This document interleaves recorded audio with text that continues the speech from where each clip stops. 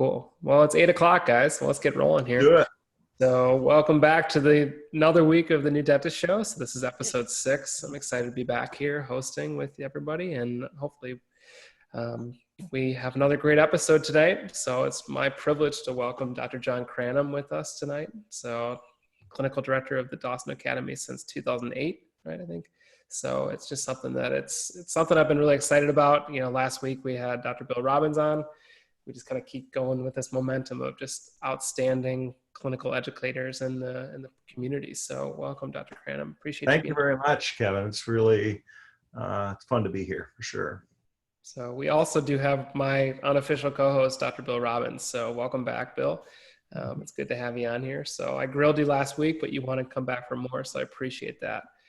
One thing about Dr. Cranham I'd love to kind of kick this off with, but as a Dawson Academy scholar, whatever I want to call it, I've known the impact that you've had on the community as a whole through thousands and thousands of dentists and educating them. And it's something across the world that you've reached. But from my end of things, I've really had the privilege last week of talking to you about getting ready for the show. And I picked up a lot about our conversation. And it was something about just more hearing your story, who you are, and all that comes from that. So it's something I'm excited to share that with the rest of the community here, because there's something beyond dentistry that I think everyone can take away. So I guess let's just start off with, kind of giving a summary of your background here, and we'll kind of roll from there.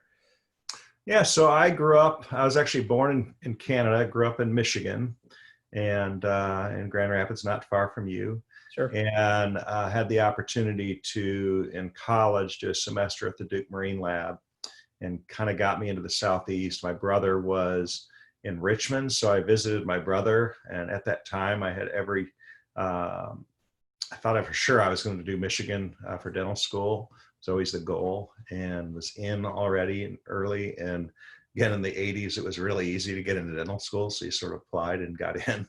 Sure. But when I was in Richmond, my brother introduced me to a dentist named Baxter Perkinson, who I went and shadowed for an afternoon, which then turned into a week. And I just sort of fell in love with the Southeast. He took me down to VCU. I met the admissions person, or the director, Dr. Brownstein, and he kind of invited me in the class on the spot. My parents were getting ready to retire and move to the Southeast, and so kind of on a whim, so I'll live in Virginia. So I started dental school there, and probably the turning point was my junior year. My mother needed a lot of dentistry, a whole upper arch done. And that dentist who had shadowed would come in on Tuesday afternoons. And at the end of my junior year, I brought her in as a patient to do her my senior year. And he told me I had to read a book that summer in order to do this case. And he gave me Pete's book. That was the first time I heard about Pete Dawson. So read the book, did the case. She's 90. It's still in her mouth. I had a great introduction. And then coming out of dental school, I ended up at the beach and met Buddy Schaefer right out of school, who owns Bayview Dental Lab. And I heard about Pete's name again. And anyway, long story short, I found myself heading down to St. Pete. Buddy paid my tuition because I just bought a practice and I was broke. And the only agreement was that I had to have a lab bill to pay him back. And I've had a lab bill now 32 years with him. So it was a good investment. I would certainly say so. Yeah. So you bought a practice right out of school?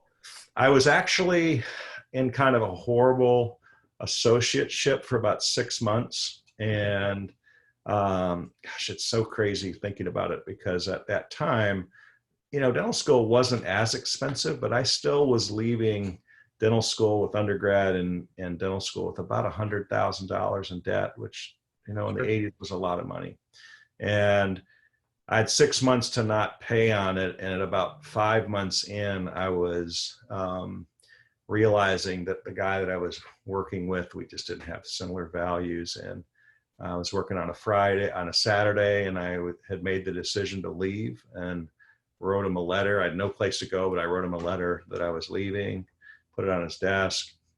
And when I got home, Dental Economics magazine was in the in the mailbox, and it sort of fell open, and it said "Practice for Sale, Portsmouth, Virginia." That was the Oh, practice I ended up buying. It's crazy. geez. So I Divine ended up intervention there. closing on a practice about a month later, and it was it was a horrible little rundown practice in Portsmouth, Virginia. Dr. Nick had done like 4 crowns the year before, a year before, and didn't have perio probes. But the one thing I liked about him is had been practicing about 40 some years. He did some beautiful gold work early in his career, and he just kind of got away from it. And so there was a lot of bones in that practice. There was a lot of good patients that, for 10 years hadn't been that well cared for because Dr. Nick had gotten older. And so he was a really honest man and really fair to me. And so it actually worked out great because I paid very little for that practice, but there was a lot of need there. And so I'd been looking at practices that were really expensive where all the work was done. So it's kind of a good thing to think about when you're looking at a practice. Sometimes you want to buy something that is where you want to eventually be, and sometimes it's better to build it there. That's worked out well for me. I couldn't agree more with that. I think it's something that if you have the patients that are loyal followers of the practice too, and there's a good amount of work that needs to be done over time, you will have that kind of evolve into something you can build yourself. So Yep. So then how did you get introduced with Pete? Yeah, so I went down to St. Pete, and one of the kind of crazy stories is it was February, and I remember I worked till Thursday about 5 or Wednesday till about 5, and left the office and drove my little Toyota Tercel all the way down south there. I got to the outside the Don Cesar probably about 4:30 in the morning. So I drove straight there, and the seminar started at 8. And so, I was 27 years old or something, and so I just kind of crashed out in front of the Don, and then got up and took a swim by the pool, and then put my suit on in the car, and then went into the class.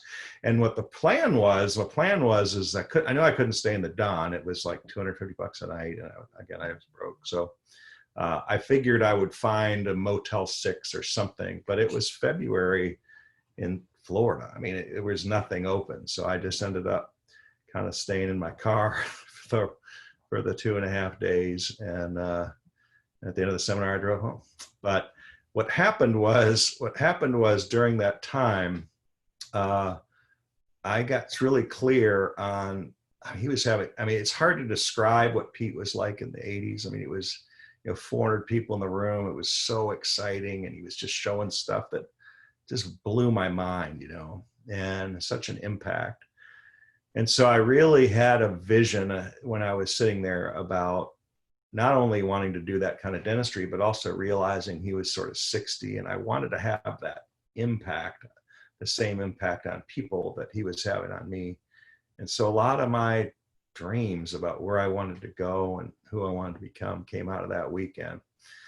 And so when I got back, I told Buddy what had happened. And as luck would have it, Pete was doing seminar 3 in Virginia Beach about 5 months later. So I did it out of order. I did seminar 1, seminar 3, and then did seminar 2 in the fall. And so Buddy told Pete about me sleeping in my car and all that. And that first morning when he walked in the room, he was kind of walking around the front there and looking at everybody's badges. And then he saw my name and he goes, "Are you John Cranwell?" I'm like, "Yeah." And he goes, "I'd like you to have dinner with me tonight." And so I had no idea what was going on or how he knew who he was. But again, it was like, he was a rock star. Back then it was like, happening at a concert or something. But what was happening was he was putting together a focus group of 20 doctors, and 19 doctors were what kind of seasoned Dawson doctors that he wanted to study their practices. And you keep in mind, there were no computers really in offices at that time. And I'm talking about even at the front desk. I mean, it was pretty much all just pegboards and everything. And so to join the group, you had to put a computer at the front desk with some software that he had developed called Perfect Byte, BYTE.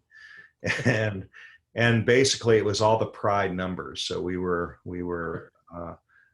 starting to monitor, and he wanted one startup. And so when he heard that I had slept in my car, I mean, that was my big break. He wanted me in that group. And so once every 6 months or so, we were meeting and comparing numbers, and I had all these 19 amazing dentists plus Pete sort of mentoring me. So that probably jump started my career by years, because I was, again, just all by myself in this little practice, and I can't even really would have imagined.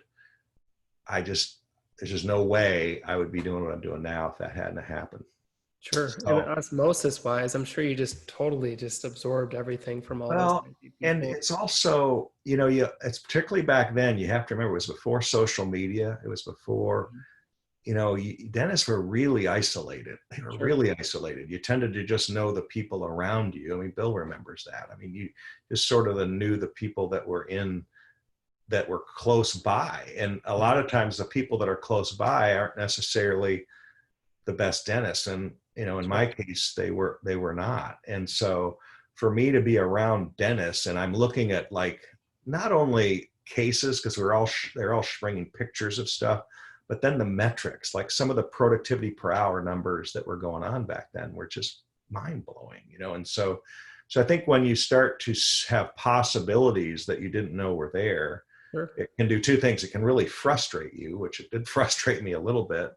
But it also made me realize it was possible that if I worked at it, and if I did some of these things that they told me to do, and that's what was happening. I just started mimicking the behaviors of some of the people that were there, Sure. rather than just invent it. You copy brilliance.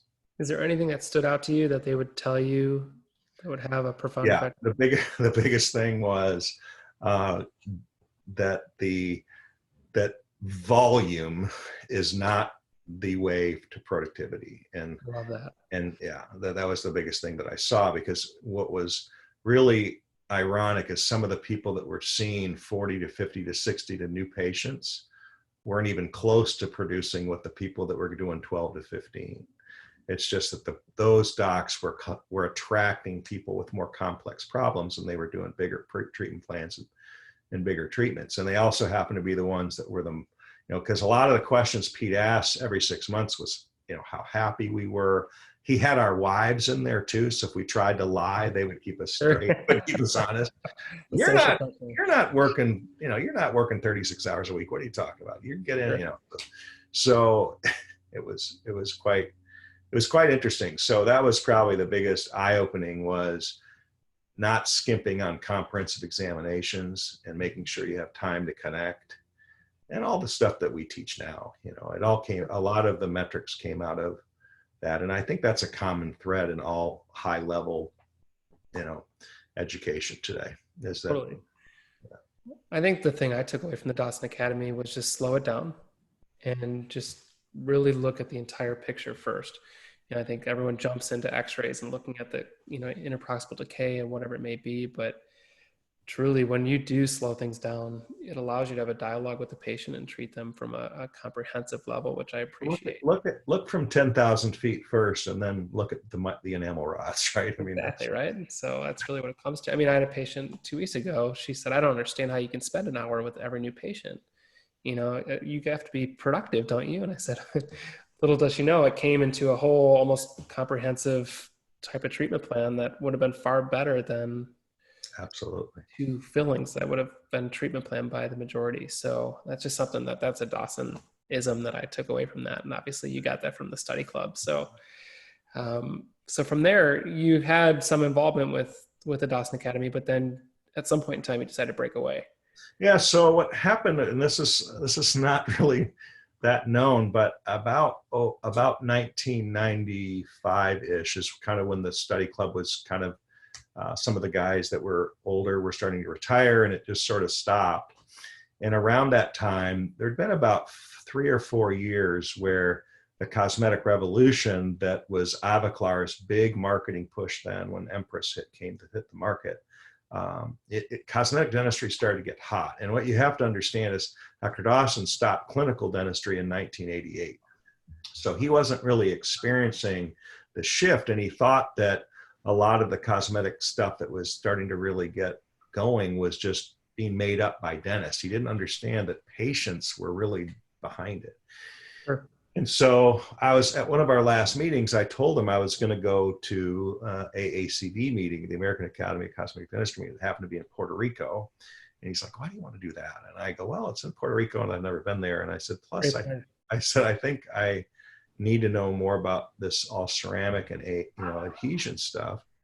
And and at that time, what's really interesting is dentistry was kind of had two camps. There was the functional, Dawson Pankey kind of camp, and then there was this emerging, um, aesthetically driven, cosmetically driven, adhesive driven camp. And it's crazy now, but they were kind of diametrically opposed. So Sure. anyway, I told him, I said, I think I'm going to go anyway. And he got really mad at me. He got really mad at me. And he didn't really speak to me for about 7 years. So, I would see him in Chicago and he just kind of thought, I'd kind of gone to the dark side or whatever. And what happened to me when I went down to Puerto Rico and I wrote him a long letter about it was that there was some good science behind, Gwinnett studies and what Kanka was doing. There was some really good, excellent research on adhesion, both enamel and early dent and bonding. So the fourth generation stuff was starting to happen.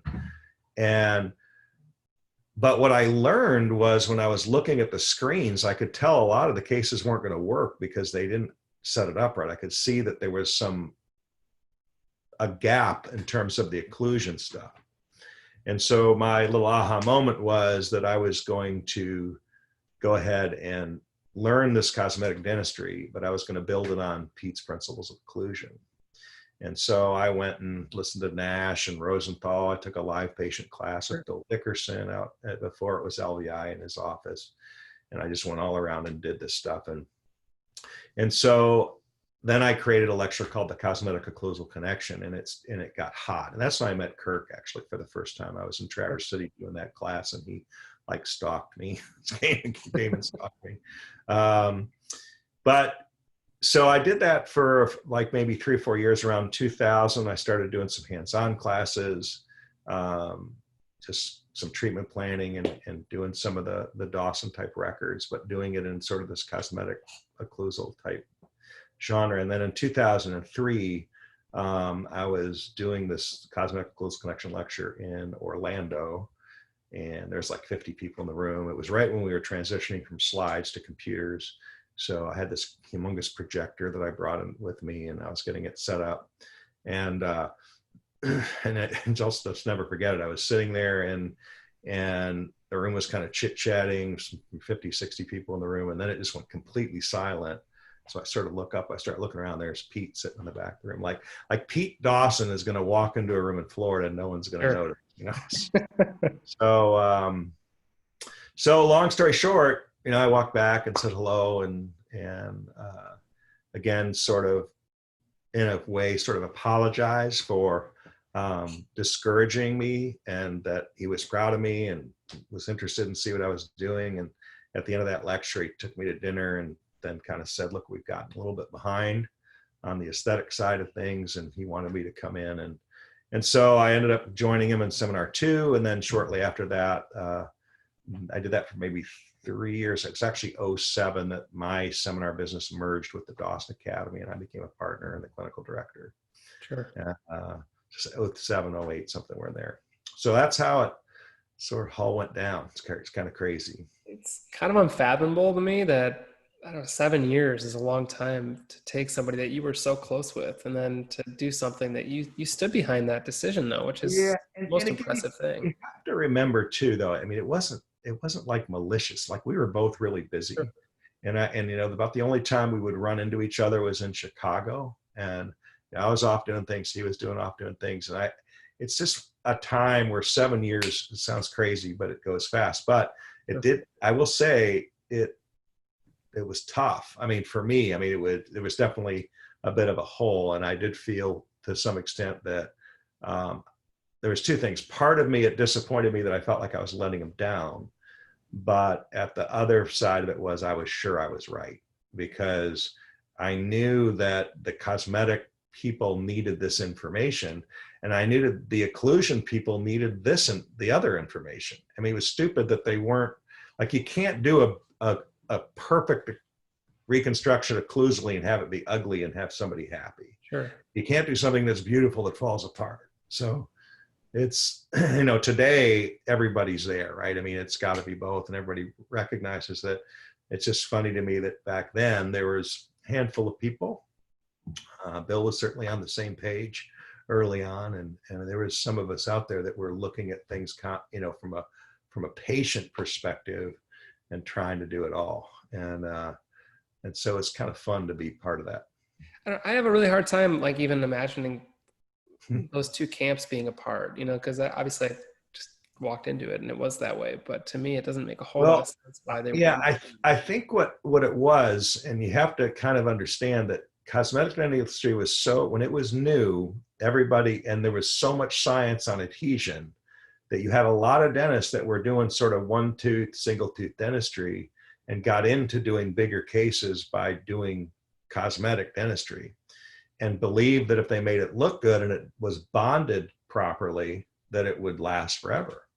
I mean, that was sort of the concepts. And so what was interesting is what really brought the academy back, because the academy was starting to kind of dip down. What brought the Dawson Academy back was when cosmetic dentistry cases started to fail. And people were like, oh, shit, we better know how to manage occlusions. And so I think that was sort of interesting. But we saw a big bump in, business around that 2000 mark. And a lot of it was because of that. And we saw another little bump similarly with implants. As people often go through the same thing. They think if they do the perfect surgery that, but you got to manage force on implants too. I think that's, yeah, I'm going to kind of tie in this one question here, because I think this is one of those, I'll try and phrase it best, but I think especially nowadays, a lot of these young dentists get out and they want to go into the digital realm right away. In my experience with things, I have a lot of lectures that I really admired, but they all had something very similar in terms of the diagnostic capabilities of the analog ability to really see it's a lateral pterygoid that's firing here, and this is the reason why, or whatever it may be. There's some thought of the academies, and especially, I don't know, Dawson or Pankey kind of having an old school mentality. Is there something we can maybe refute to that and discuss? Because I think there's something to be said about that.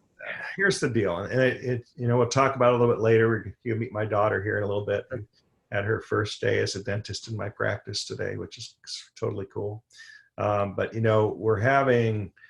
our practice has gone completely digital with 3Shapes, and one of the things that we kind of keep going over and over in our mind is exactly what you said. I mean, we can mount on a virtual articulator and we can do all the things on a virtual instrument that we do in the analog world, but when we get into a patient's mouth, it's analog, right? I mean, when you're doing stuff on teeth, it's analog. There's nothing digital about it from the standpoint of prepping the tooth and putting it in and adjusting it.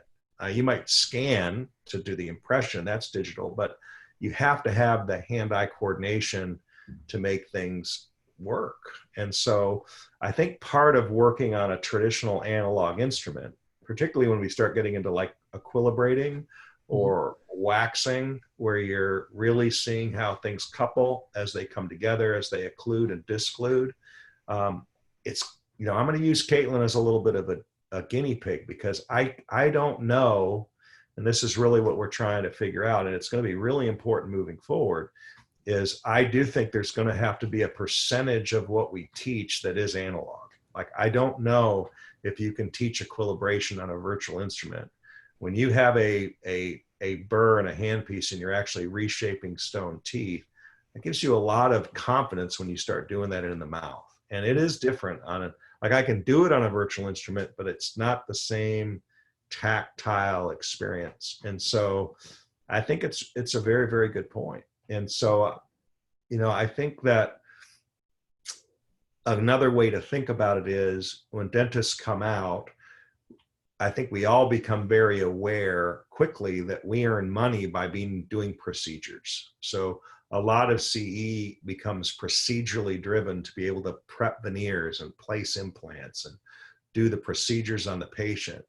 But what all of those things need is a very crystal clear picture of where we're going, and aesthetic and functional goals that need to be there at the end for it to look nice and to function properly and to be cleanable by the patient.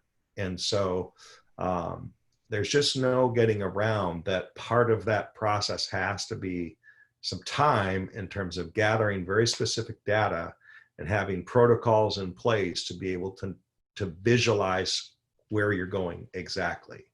And I just find that, again, I'm right next door to Bayview Dental Lab, so I see cases coming into that lab, hundreds of cases a month. And what they are consistently frustrated by is the lack of good records. Like if they're going to be doing a wax up for somebody, they can tell the models aren't mounted properly, or there's bubbles on the cast, or they scanned in a way that they didn't catch the soft tissue, or the pictures are bad.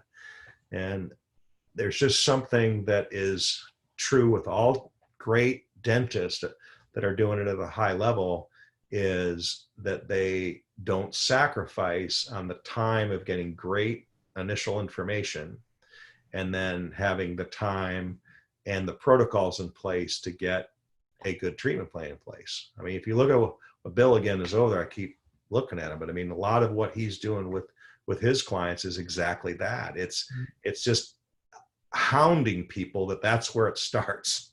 I mean, you've got to get that initial information, because if you don't have that initial information, what happens is you make a little mistake on where you're going right in the beginning, and you get further and further and further off as you go down the path.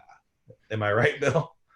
That's exactly right. Yeah. Yeah. So, I guess I could speak to that too, as somebody who's been through the program. And I heard the old school mentality approach towards things, and to me, but I had mentors who said, just, you got to do it. You got to do it and understand that you're going to get a very, very rock solid foundation of knowledge that you'll carry forth as time develops and as things come up, as the digital age comes forth. You still are going to rely upon the analog diagnostic capabilities of things, which I did a collaboration today. I did, I'm doing a collaboration tomorrow, and those things are still tried and true, and they work, and you help people, and all these different things that come forward from there can be driven in that regard. I'm getting a scanner this week, hopefully, if it ever comes into my office because of COVID. But as I implement that, I'm still struggling with the concept of how do you do a treatment plan without doing the wax on the teeth? And how do you understand that when they're doing the excursive movements, you're not seeing that balancing side interference? So you can, it just doesn't have the same magnitude of seeing something that's articulated, and you can really kind of play with it and see what they need to do. So one of my favorite quotes from Pete Dawson is, he said, digital dentistry, in the absence of foundational principles, will just allow you to screw up mouths even faster. Sure. Right. So, and it's kind of true. I mean, if you're just kind of scanning and letting everything, go to the lab and hope that it works out. I mean, we can do that with triple trays and things as well, Sure. But again, dentistry's analog, and at some point you've got to be able to work in the patient's mouth, and so having that crystal clear picture in the beginning is important.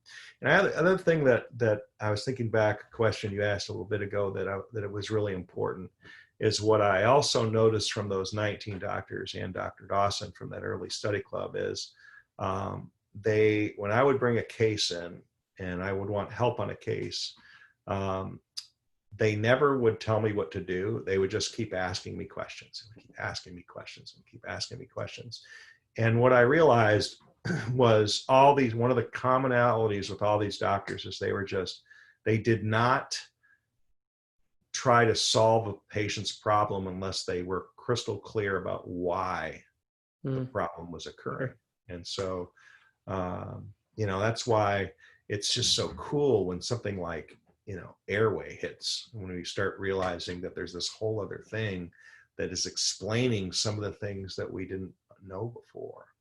And that's going to happen again. I mean, we don't have all the answers yet, but the more we can continue to be curious and think about all the things that could be contributing to what we're seeing, which is just really, the the evidence that's in the patient's mouth, the more we can be curious about what's going on and start thinking about the science that's out there that is supporting what we are doing, then it's not only fun, but when you start talking to patients about that, you're talking to them in a way that no other dentist has ever talked to them, or I very love that comment, right? Yeah. No, and they say no one's ever taken the time and no one's ever, gone down this road with me. And thank you for listening. Those are the best things you can ask for. It's just, all no you're one, asking is no why. one's ever asked why I've been breaking a tooth Right. every 2 months. They just keep sticking, like I'm in the crown of the month club. Like no one's Exactly. asked why that's happening. Sure. And now I'm in the implant of the month club because now those roots are splitting. Mhm. No doubt. And this is, I guess, the cool thing for me is to look at you and look at Dr. Robbins down below. I'm doing Bill's study club on Fridays, and both of you are very, very, very in tune with getting the diagnostic information first before even coming up with anything that would be treatment driven. It's not something you can look at them for 3 minutes in an examination and say, this is what you need. There's no way you can even make those decisions. And it's all based on the scientific data and also just learning from all the people that are trying to mold this whole profession. And that's what both of you have Yeah, done and again, remarkably. Bill and I might not do things exactly the same, but what we do the same is we're committed to a process, Sure. right? We've listened to people and we've created a process in our practices that we go through, a workflow that gets us to a point that we're comfortable where we can say, okay, I'm comfortable pulling the trigger. And if this was my mouth, this is what I would do. And patients, when you talk to a patient like that, they can tell whether it's real or not. Sure. And I think that's a difference maker as well. It's so profound. And I think I had another comment of implementing all the digital things and then doing implants and all those different things.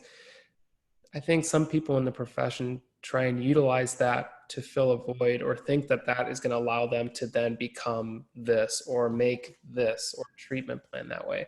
And I don't know if you want to speak upon that because I think.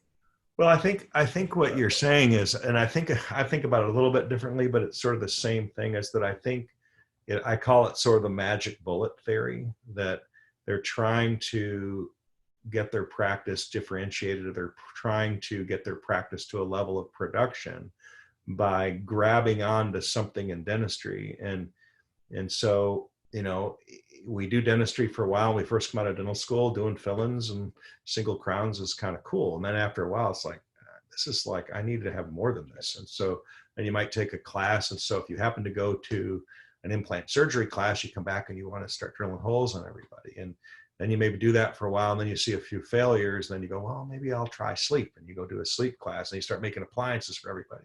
And so it becomes like a commodity thing, right?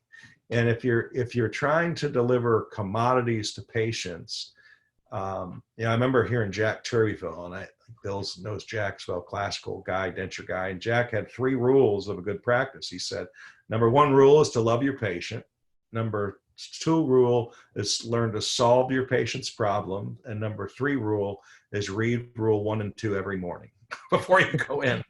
And it's kind of true. If you really care about your patients and you can really solve the problem, not just stick a crown on a tooth, but solve the reason that the tooth broke in the first place so it doesn't continue to happen, that's fun. I mean, that is rewarding, because you're now dealing in a place where you start going, this is not only predictable, but people are appreciative. And it also does little things like allow you to command a little bit higher fee and start backing away from insurance and taking even more time and separating yourselves a little bit more. Sure. I think it's I think that it's kind of back to what you said. That's why at the center of every, what I think really high-end restorative practice, is clinical excellence that begins with that diagnosis, that initial data and the diagnosis and the plan. Because then once you have the plan, then the execution of how you prep the teeth and how you get the impressions and the margins and the temporaries, I mean, those things you'll get better with and more efficient with in time. But you can't learn to do the procedures if you don't have a good plan.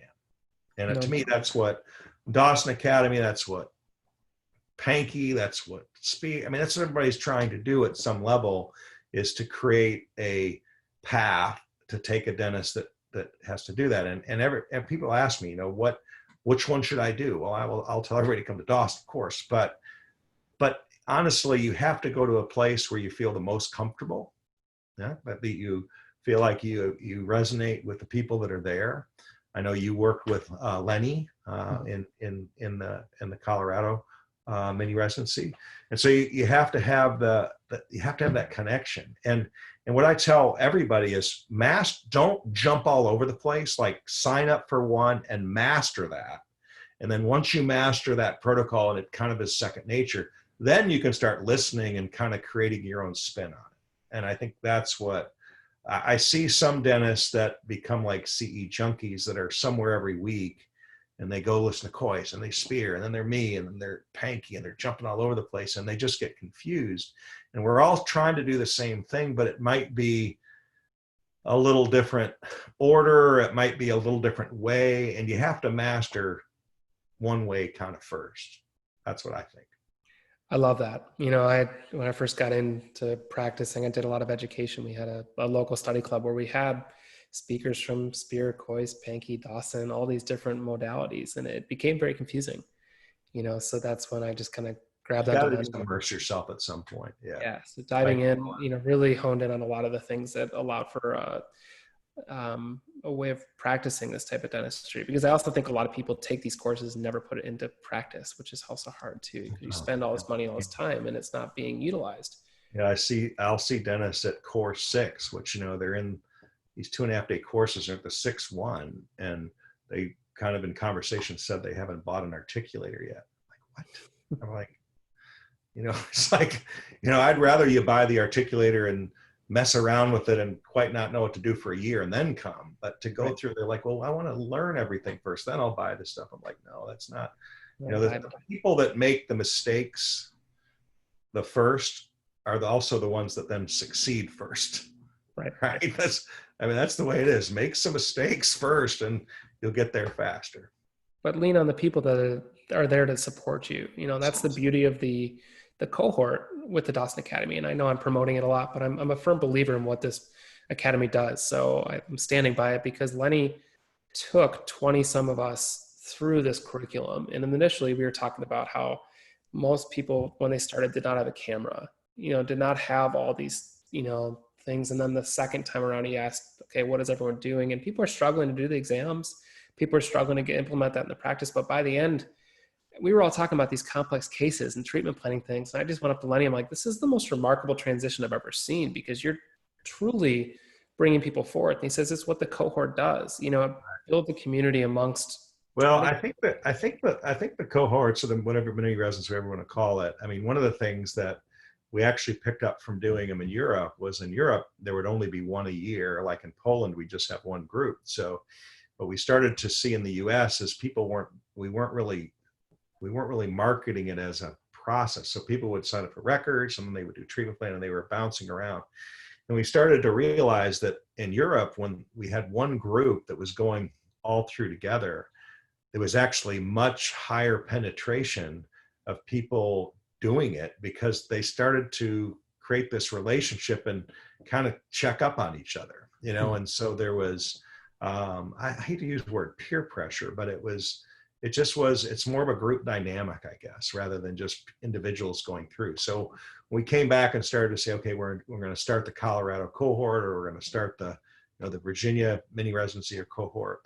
That's been extremely popular, and something that I was actually really pushing for a lot of years. We were just kind of, I think, a little afraid to do it, because it's a big price tag when you do it all at once.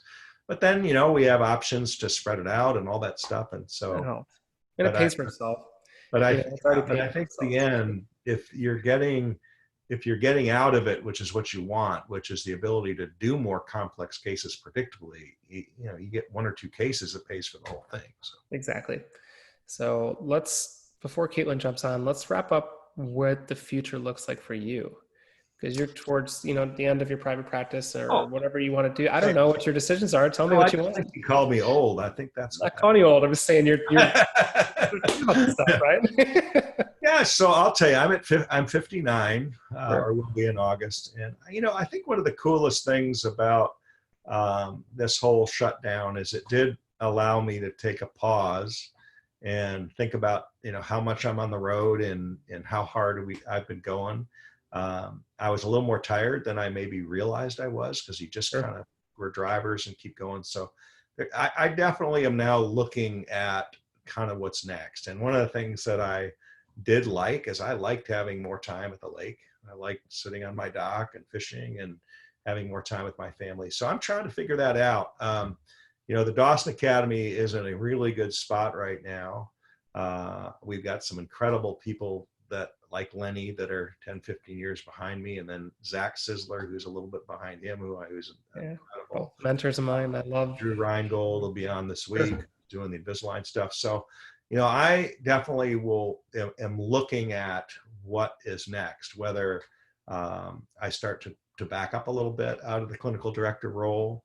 I don't know, but one of the things that I think is important to remember as a dentist is, we always need to have clear direction on where we're going. And one of the things that we have the ability to do is to always reinvent ourselves and always have new dreams and visions about what it is we want to do.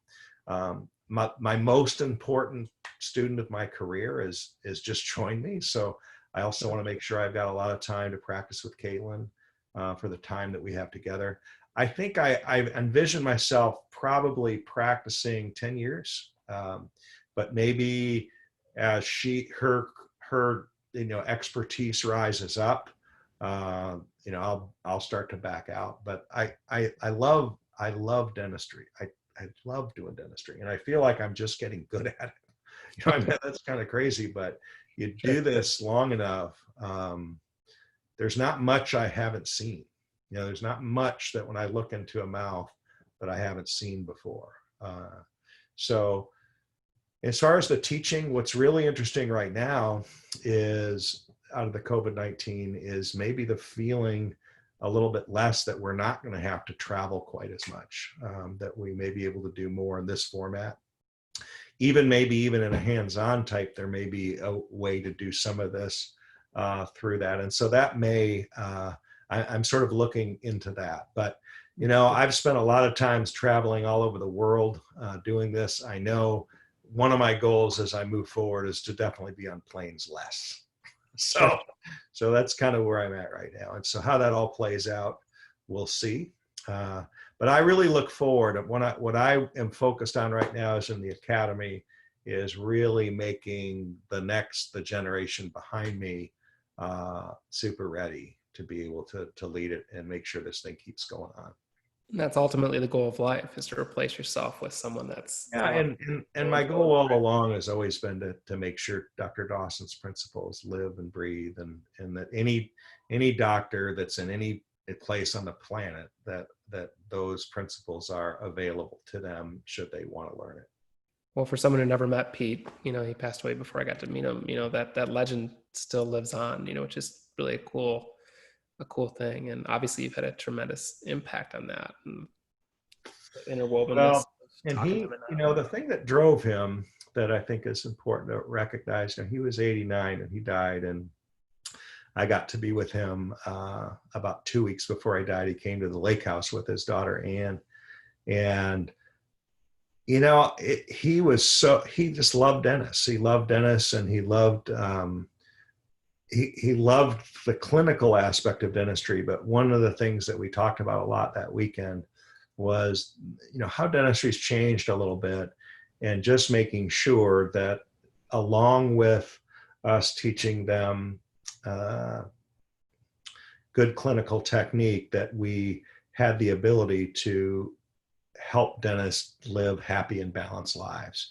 That dentistry becomes the vehicle to not be like Oprah Winfrey rich, but to have enough and to have enough time to be able to go home and be great parents and spouses, and to have some time to do some things you like to do outside of dentistry. And to me, that's, I didn't really realize it at the time, but that's where Pete had the greatest impact on me, because I would have been I didn't come up with from a place that had a lot of money. And so there was a lot of financial pressure on me growing up. And initially, I really thought I was going to have to work 15-hour days, 6 days a week. And very early in my career, he was counseling me, not only on my practice, but John, at 5 o'clock, where I want you done at 5 to be home for dinner with those kids. And he was coaching me on things that I didn't really realize at the time. Sounds crazy now, but how important that was. And I just thank God for that. I could have, in a lot of ways, saved my life. What I mean by my saving my life, saving the important parts of my life as I look back. Mm-hmm. I'm so thankful that I had all that time. I don't know. I can't argue with any of that. That's the way I try to live my life too. And it's obviously brought forth through Kirk and Dawson and all these different people that have come. Oh, he had a big impact on Kirk early on. You've heard that. No doubt about that, right? Yeah. So, well, let's try and get Caitlin on here. We have the last 15 minutes. Let me grab her real quick. Oh, here she comes. Perfect timing. You were just requested. All right. So I'd like to introduce your daughter. Just graduated from Louisville, right? Is that what? University of Louisville. I know you can't tell. Hi, Caitlin. Nice to meet you. I'm just so grateful for your father for popping on here, and I'm just glad this opportunity allowed us to really tie in the new dentist idea here by having literally a new dentist right in front of us. So brand spanking new dentist. Thank you for having first me. day went okay? Yeah, it did. I'm still waiting on my license, so I was just kind of wandering around mostly. But yeah, it was good. The best thing you do is just pick each other's brains. Just follow on the hygienist, follow on the assistants. Obviously, yeah, that's what I did. They're adopt the knowledge that you have no idea, and then once you start working, you really don't get that time with them. So that's just a great thing that I had the privilege of doing that as well. So I think it's just something that I would. Was your dad a dentist? My dad was a dentist. My uncle was a dentist. So the day I graduated, we moved into my uncle's facility, so I had the option to kind of shadow both of them, which was a cool thing. So I guess I do have a unique position here because I also had a father who was a dentist who I went into his practice right away out of school, but also I have an associate now. So I'm hopefully, kind of training her too. So I kind of have both aspects here. But I guess my first question for you, Kate, would be what are your concerns right now out of school? Honestly, probably that I haven't touched a tooth since March. Just because of all of this, it's a little bit longer than I was anticipating, obviously being without seeing patients. So that's really the main thing. But yeah, just kind of getting back into the flow of things. Like, I'm so tired today and I didn't do anything because I haven't done anything in months. So I'm actually grateful that I have a little time to just ease in and kind of use my brain before my hands. Sure. There is a grind that you have to get used to with dentistry. I'm sure you'd agree, John, that it does get kind of exhausting initially. I remember I yawned like in front of a patient. My dad like, you need to get some sleep. I'm like, I am sleeping. Like, I just not used to this. So that would, I don't know what I can recommend there, but don't yawn. Yeah, this is an interesting class. There was a lot, put on them. And so, sure. With her, there definitely is going to be, coming out of dental school, fewer reps than a lot of dental. So we're gonna start out slow, as we sort of talked about. Let her pick some things that as we'll treatment plan together, and let her get her feet wet, get some things under her, and not put time constraints on her, and then gradually. But yeah, you just think about, I can remember the first day going into my practice that I bought, and I got there and I didn't know any of the patients, and there was a full thing of things he treatment plan, half of which I didn't really agree with what he was doing, and so I just remember for that first week I literally would park my car, throw up outside the office, and walk in because I just didn't know what was coming. So with her, we'll be able to be a little more. Again, we're going to focus on treatment planning, so she's understanding kind of the big pictures, getting that data, which is great. This next couple of weeks, that there's going to be a lot of photography and taking bites and things like that, and getting comfortable with that. And then we'll start looking at treatment plannings and kind of co-treat and have her do the things she's comfortable with. And we have a surgeon, a periodontist that comes in twice or once a month. A surgeon comes in, once a week, and a surgeon comes in once a month. So we've got some good support people. But again, the most important thing for any general dentist, I think, is learning how to do treatment planning. That's what we talk about. And one thing I appreciate with my dad was he never pushed me. He just let me do my thing at my pace. It wasn't about the money. The money will always come. Just do the right thing. Get to know the patient on a deep, deep level before you really, dive into anything. Because if you can really establish a relationship up front with the patient, it just exponentially grows from there. But you're not going to get to know these people until like 2-3 years out. That's kind of what I've learned taking over my uncle and my dad's practices is it takes 2 years.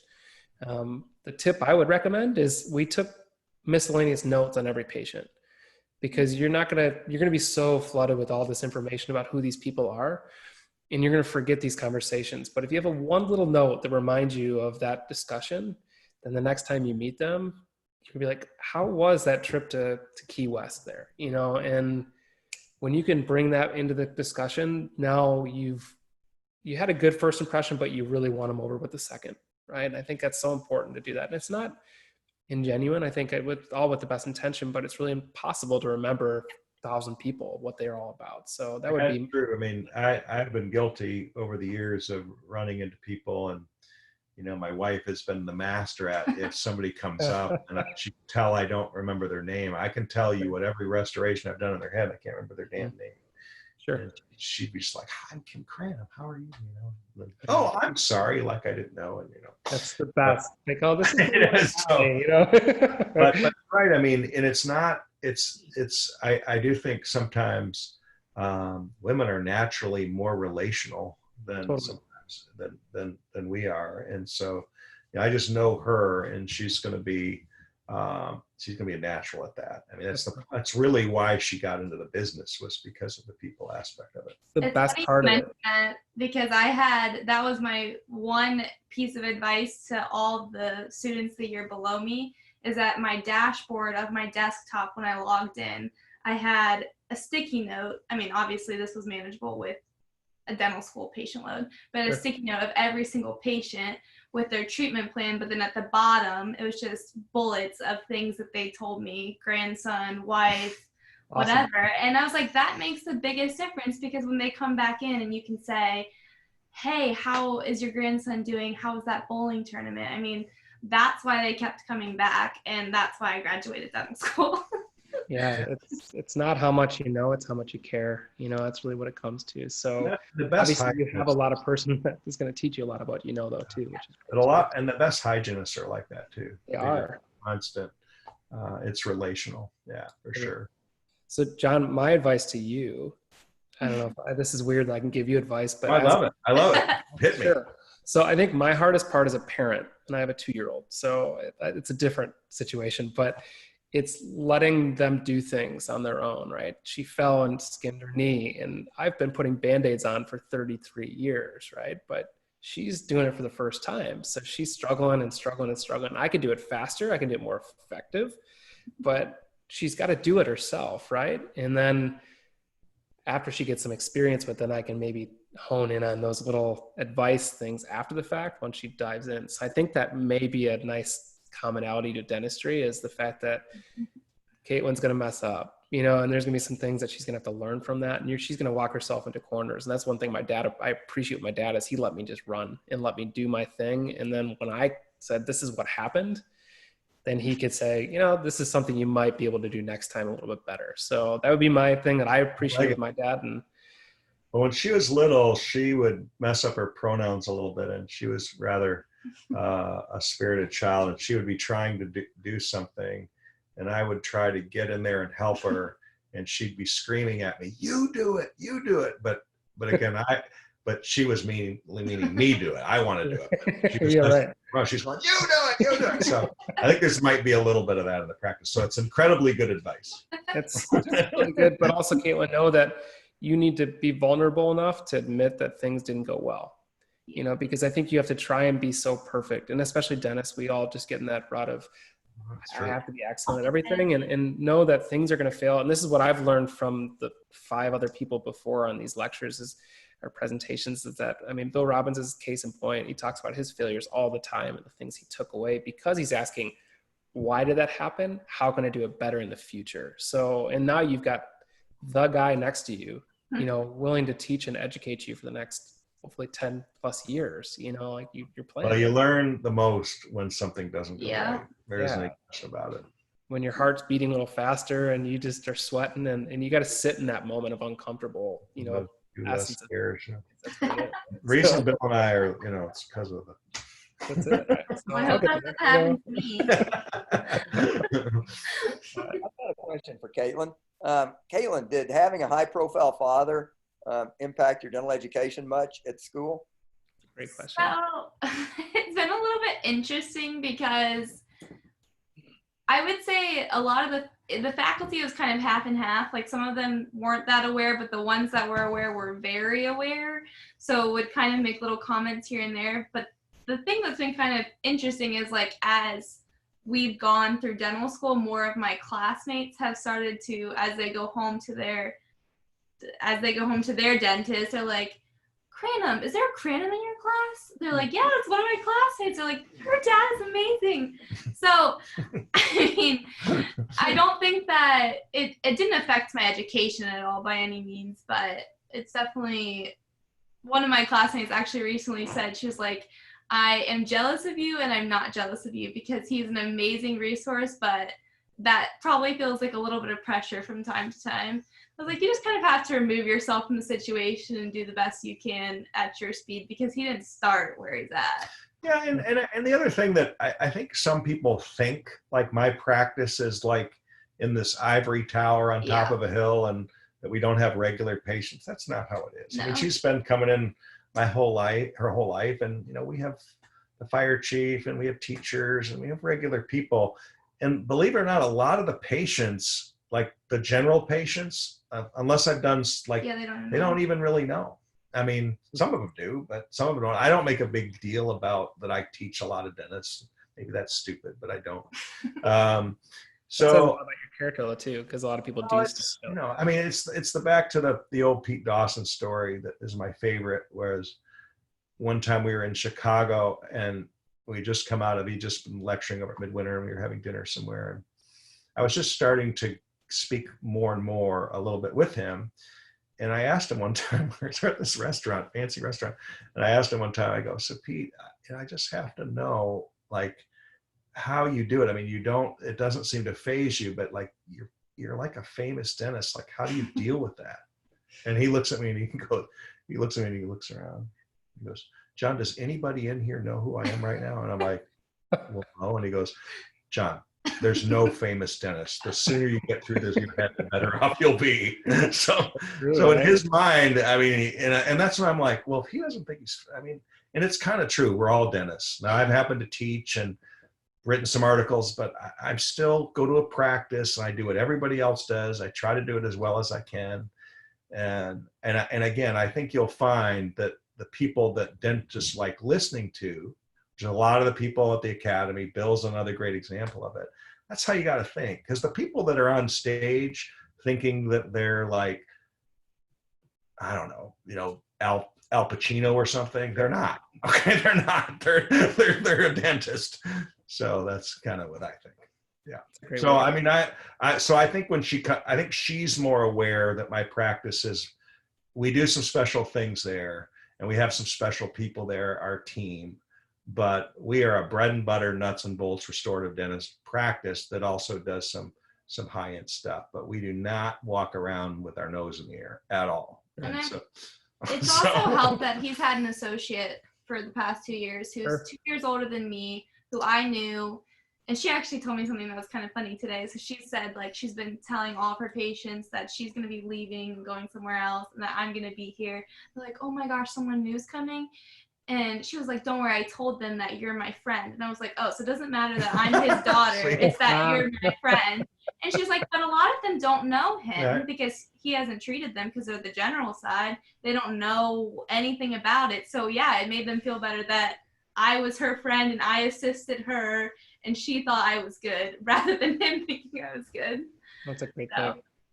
Well, I hope at one point you get the compliment that I've received is, I was worried about you, but I think you're better than your father. You know, that's always Oh, the goal to go by. that would That's the goal, right? that would actually make me incredible. Believe it or not, incredible. That's a proud moment for both. Yeah, for both Yeah. when that happens. So, and I expect When that happens, I'm like, I'm out. that's it, right? I'm going to the Done your doctor job, right? the whole So time. Yeah. that's what my dad thought out. So, Better slow down. Well, do you have any other questions? We have one more minute or so. Any other thoughts or things that are on your mind, Caitlin? Or I'm just taking it day by day. you're going to be great. You really are. You know, it's a great profession. It's something that's so rewarding, and you'll find your path. You know, I think your dad found his vision at an early point in his career, and your vision can be different than that too. Absolutely. So That's something I said. I mean, you're going to start with the basics and then you go where this goes. She's actually really interested in some of the airway stuff right now. So you'll probably get to spend a little time with Bill at some point. But, Following similar trends though. Yeah. I don't like surgery. He doesn't like surgery. Doesn't like take teeth out. He's like, you need to take teeth out. I'm like, you don't take teeth out. there you go, right? I say not what I do. Well, anything else, Bill, my co-host, anything that you would pick up on? Oh, I just think it's just magic to see you two sitting there together. That's cool. The world is full of dentists who envy you right now, John, being able to sit next to your daughter and going into practice with her. So I just wish you both the best. I think it's Thank you, Bill. Thank you. a magic moment for me to get to see you two together like that. Well, we've been talking about it since she's about 5. So back then I'm thinking, well, we'll see. But she's like locked in when she was about 5 years old and never veered. So it is really cool. Yeah, it's really So cool. for about 4 weeks in college. Yeah, when she was rushing a sorority, it got a little shaky there. Sure. I made it back around. It's okay. Yeah.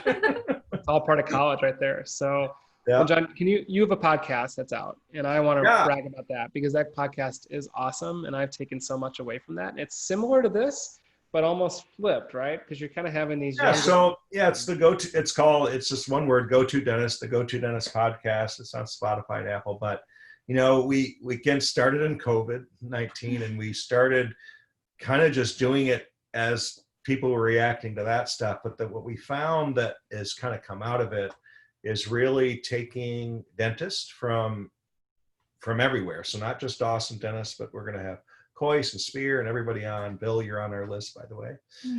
But what we want to do is really study the traits and behaviors in dentists that are doing it at a really high level, that are enjoying life, that are running profitable practices and are doing beautiful dentistry. And we really want to learn. And I tell you, it's been fun. We've had 9 podcasts so far. The last one we did was Zach Sizzler, and we did Drew Cobb before that. And so we're actually going to be interviewing, I can't remember the guy, dentist in Canada next week, that David Rice this Saturday. So tune in. It's designed for kill a little time. I think you may have done it in your car, Kevin, which is my favorite time to do podcasts. But yeah, definitely tune in. And then if you're Instagrammers, we are starting to get more involved. We're going to start posting out what we're doing kind of on a weekly basis. And it's just John C. Cranham DDS at John C. Cranham DDS on Instagram. It's been great. Well, thank you very much for you guys being on here. I'm Absolutely. wishing you all the best, Caitlin. I think you have a bright career in front of you, and I look forward to actually our paths crossing. I haven't met you in person, John. I've met you, Bill, either, but I feel like we're best friends. So it's just. But it is crazy. In this format, I get confused who I've actually met in real life and who I've met in this format. It is crazy how personal it actually is. So again, thank you so much for having me. Best of luck with this. I think what you're doing is amazing. Yeah. Thank you. Bill, you're like everywhere right now. It's every single time I'm on Zoom, you're sitting on your couch. It's like incredible. Get to work. I don't think you ever leave. I think you sit on that couch and you just go from one Zoom show to the other. That's it. Yeah. So, well, thank you What you're saying guys. is I live a pretty dull life, is what you're saying. So no, I'm just very appreciative of everything, as always. So grateful. And again, anyone can reach out to me as you have been, which I've appreciated the emails. kevingroth@gmail.com. And Yeah. next week we'll have Rob Ritter on, which is going to be a lot of fun. Cool. Rob. Say hi to Rob for me. Yeah, Rob shaped my career through Kirk's podcast of all things. So it's going to be fun to talk to him, and we'll talk about that. All right. So, Well, have me back sometime. yeah, you're welcome back anytime. This will be great. All right, So, all right. awesome. Well, enjoy the night. Thanks, guys. Right. Appreciate Later, it. guys. We'll see you later. Bye-bye.